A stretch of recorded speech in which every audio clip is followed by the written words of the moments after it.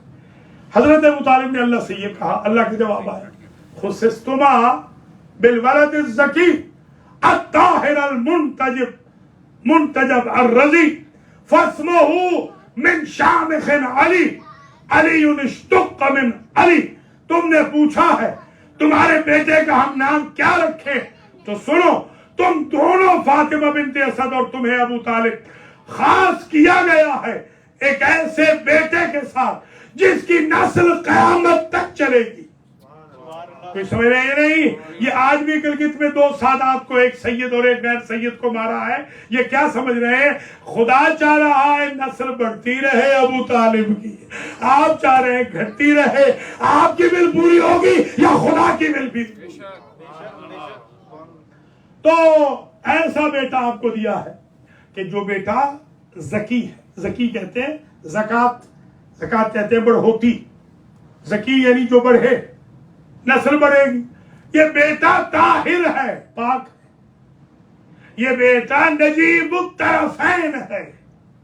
دیکھیں مولا علی سے لیجئے نجیب الطرفین، جس کی اماں بھی ہاشمی بابا بھی ہاشمی، اماں بھی مسلمان بابا بھی مسلمان، اماں بھی ولایت پہ فائز اور بابا بھی ولایت پہ فائز، اسے کہتے ہیں نجیب الطرفین، جو معصومین کی بابت ہوتا ہے۔ یہ منتجب ہے، الطاہر المنتجب الرضی، یہ ایسا بیٹا دیا ہے آپ کو جس پہ ہم راضی ہیں اور وہ ہم پہ راضی ہے۔ امت بہت ایلیویٹ ہو جائے تو رضی اللہ عنہ بن جاتی ہے کہ اللہ راضی ہو، یہ علی ہے کہ اللہ کہہ رہا ہے کہ میں اس پہ راضی ہوں اور میری خواہش ہے کہ وہ مجھ پہ راضی رہے۔ سبحان اللہ۔ آخری جملہ فاسمہ من شامخ علی علی اشتق من علی، تم نے پوچھا ہے تمہارے بیٹے کا نام کیا رکھے، تو سن لو، ہم بھی علی ہیں، یہ بھی علی ہے، آیا بھی علی کی طرف سے ہے، یہ خود بھی علی ہے۔ تو علی خدا نہیں ہے مگر خدا علی ضرور ہے۔ خدا کا نام علی ہے، علی خدا نہیں ہے، اللہ کا ایک نام علی ہے۔ اب اس لیے بھی اللہ نے خاصہ بخشا مولا کو اپنا نام دے دیا کہ جو منکر علی ہو وہ صرف منکر امامت نہ بنے، منکر توحید بھی بنتا جائے، وہ منافق بھی بن جائے، کافر بھی بن جائے، مشرک بھی بن جائے۔ نعرہ حیدری،